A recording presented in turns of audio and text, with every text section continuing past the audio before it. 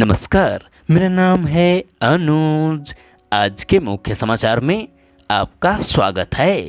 तेल अवयव में मिला 9.9 करोड़ वर्ष पुराना एम्बर जीवाश्म। इजरायली विज्ञानियों ने एम्बर में संरक्षित पिस्सू की एक ऐसी नई प्रजाति की खोज की है जो 9.9 करोड़ वर्ष पुराना है। तेल अवयव में एक एम्बर में इसका जीवाश्म मिला है। आसान शब्दों में इसे इस तरह से समझा जा सकता है कि यह उस समय की दुर्लभ झलक पेश करती है जब इस धरती पर डायनासोर हुआ करते थे।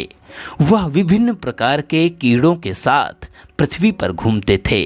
जर्नल ऑफ एंटोमोलॉजी में यह शोध प्रकाशित हुआ है। जेरूसलम के हिब्रू विश्वविद्यालय के डोलाव फैब्रिकेंट और तेल अवयव विश्वविद्यालय के Steinhardt museum of natural history के तान्या नोवसेल्की के नेतृत्व में यह अध्ययन किया गया।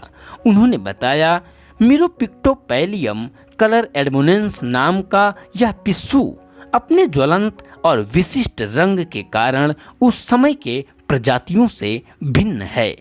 एम्बर में अब तक संरक्षित किए गए अधिकांश प्राचीन कीड़े पीले या भूरे रंग के हैं, लेकिन इसका रंग अन्य से काफ़ी अलग है। संभवतः अपने रंग के कारण यह प्रकृति में छिपने में माहिर रहा होगा, जिसकी वजह से शिकारियों से इसका बचाव आसान था।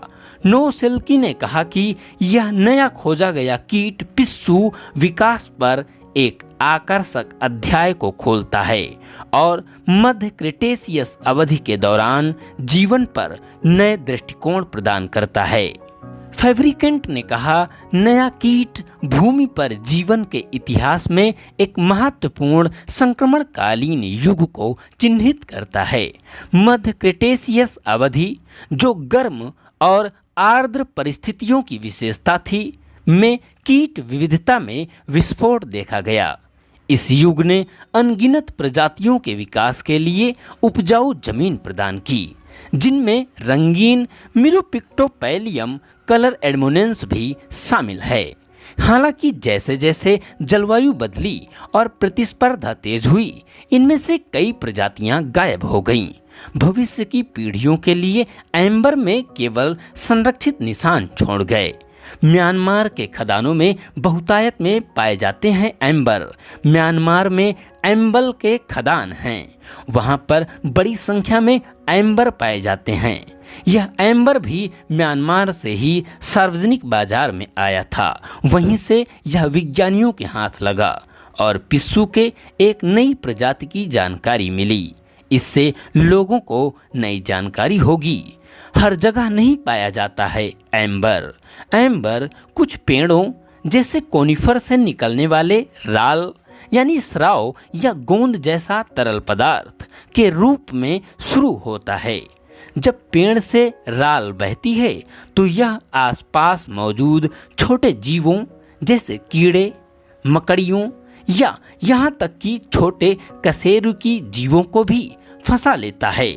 एक वृक्ष का राल या स्राव होता है जो अपने अद्वितीय गुणों के कारण जीवों को संरक्षित करने के लिए एक असाधारण माध्यम प्रदान करता है। समय के साथ राल कठोर हो जाती है और एम्बर में बदल जाती है। इस प्रक्रिया में लाखों वर्ष लग सकते हैं, क्योंकि पदार्थ के अस्थिर घटक वाष्पित हो जाते हैं और एक कठोर संरचना छोड़ जाते हैं। इसके अलावा राल में रोगाणुरोधी गुण होते हैं जो बैक्टीरिया और कवक के विकास को रोकते हैं, जो आमतौर पर कार्बनिक पदार्थों को तोड़ते हैं। यदि एम्बर का आवरण वायुरोधी है तो इसमें ऑक्सीजन प्रवेश नहीं कर सकता है और क्षय को रोकता है। यही वजह है कि इसमें मौजूद जीव संरक्षित रहते हैं और समय के साथ जीवाश्म में बदल जाते हैं। इसी के साथ आज के समाचार समाप्त हुए। बहुत बहुत धन्यवाद।